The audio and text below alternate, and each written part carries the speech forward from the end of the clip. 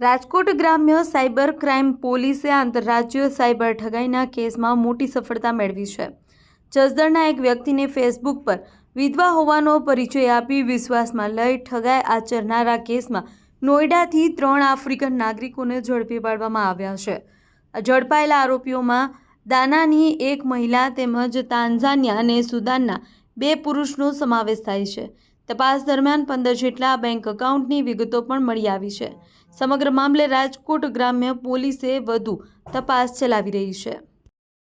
રાજકોટ ગ્રામ્ય જિલ્લાના cyber police સ્ટેશનની ટીમ દ્વારા એક કેસ જેની વિગત આ પ્રકાર છે કે આમાં જો ફરિયાદી છે જસદણના રહેવાસી છે અને ફરિયાદી પાસે એક મેરી એમ સેમોફ નામના ફેસબુક એકાઉન્ટથી ફ્રેન્ડ રિક્વેસ્ટ આવી, પછી મેસેજ આવવા લાગ્યા। મેસેજમાં બંને વચ્ચે વાત થઈ અને બાતચીતમાં સામાવાળા જો લેડીઝ હતી એવો જણાવ્યો કે હું એક દીકરાની માં છું અને અમારા હસબન્ડની ડેથ થઈ ગઈ, તો આમ વાત ચાલતી હતી। પછી કે હું તમારા માટે અને તમારા પરિવાર માટે અમુક ગિફ્ટ મોકલવા માંગુ છું, તો હું તમારી માટે કંઈ ગિફ્ટ મોકલીશ। પછી 1-2 દિવસ પછી ફરિયાદી પાસે ફોન આવે કે તમારા અમુક ગિફ્ટ જર્મનીથી આવ્યા છે, આ મોંઘી ઘડી છે, યુરો છે અને બીજી મહેંગી વસ્તુઓ છે, એના માટે તમને થોડો પેમેન્ટ કરવો પડશે।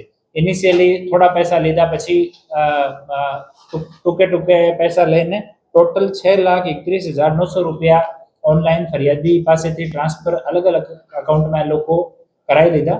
ફરિયાદીને ત્યારે ખબર પડી કે અમારી સાથે કંઈ ગડબડ થયું છે, તો ફરિયાદીએ પોલીસને જાણ કરી સાયબર પોલીસ સ્ટેશનમાં ગુનો દર્જ કરવામાં આવ્યો અને પછી એની ઇન્વેસ્ટિગેશન સાયબર પોલીસ સ્ટેશનના પીઆઈ શ્રી રવિ ગૌતમ અને પીએસઆઈ શ્રી અનિરુદ્ધ કામલિયા કરતા હતા। આ ગુનાની ઇન્વેસ્ટિગેશન દરમિયાન ટીમને ખબર પડી કે એ લોકો જો છે એ આફ્રિકાના અલગ કન્ટ્રીઝના રહેવાસી લોકો છે અને દિલ્હી અને એનસીઆરમાં રહીને એ લોકો એવી રીતે લોકો સાથે છેતરપિંડી કરે છે। તો આમાં અમારે પીએસઆઈ અનિરુદ્ધ કામલિયાની ટીમે ગાઝિયાબાદથી 3 આરોપીઓને અટક કર્યા છે, જેમાં એક જેસ્મીન યા અંશા ઉર્ફે એન્જલ, આ મૂળ ઘાના દેશની રહેવાસી છે। જેન્જેલી ઇમાની ડેનિસ, આ 22 વર્ષનો છે, તંજાનિયાનો રહેવાસી છે। ફિલિપ બટિસ્ટા જોસેફ વેલેન્ટાઇન, આ સુડાનનો રહેવાસી છે। આમાં આ જો લેડી છે એન્જલ, આ જો ચેટ ઉપર વાત કરવાનો સારો કામ હતો, ફેસબુકમાં આ વાત કરવાની જે વાત હતી આ પૂર્વા એન્જલ કરતી હતી। એ બીજા 2 લોકોનું કામ હતું કે એ અલગ અકાઉન્ટ્સના credit card, debit card, passbook રાખતા હોય છે અને એટીએમથી એ પછી પૈસા વિડ્રો કરી લે। તો એ જો બંને છે જેન્ટ્સ, એ બંને પૈસા વિડ્રો કરવાનું કામ કરતા હતા।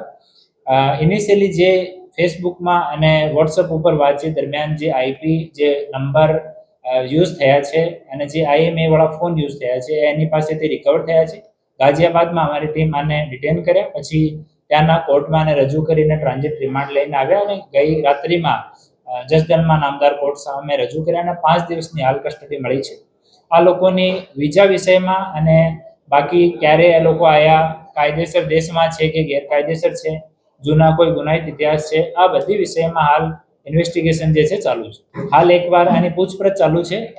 ઇનિશિયલી લોકો બહુ નોન કોઓપરેટ નથી કરતા ત્યાં, પરંતુ ત્યાંના લોકલ પોલીસના સહયોગથી, નામદાર કોર્ટના સહયોગથી આને અહીંયા સુધી લાવવામાં આવ્યા અને પછી હાલ કસ્ટડીમાં લીધા છે। હાલે પોલીસની એક ટીમ બનાવી છે જે લોકો અંગ્રેજી ભાષાના જાણકાર છે, એ લોકો હાલ બેસીને એની સાથે ઇન્ટ્રોગેશન કરશે અને અમારા જો આપણા ગુજરાત ગવર્મેન્ટના અને ભારત સરકારના જે અલગ પોર્ટલ છે એની માધ્યમથી અમે લોકો આની તમામ ઇન્વેસ્ટિગેશન કરવાના છીએ।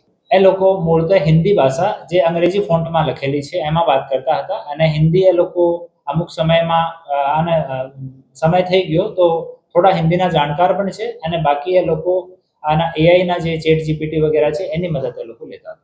આમાં જો બેંક એકાઉન્ટવાળા છે 15 જેટલા બેંક એકાઉન્ટ આ કેસમાં ફ્રીઝ થયા છે।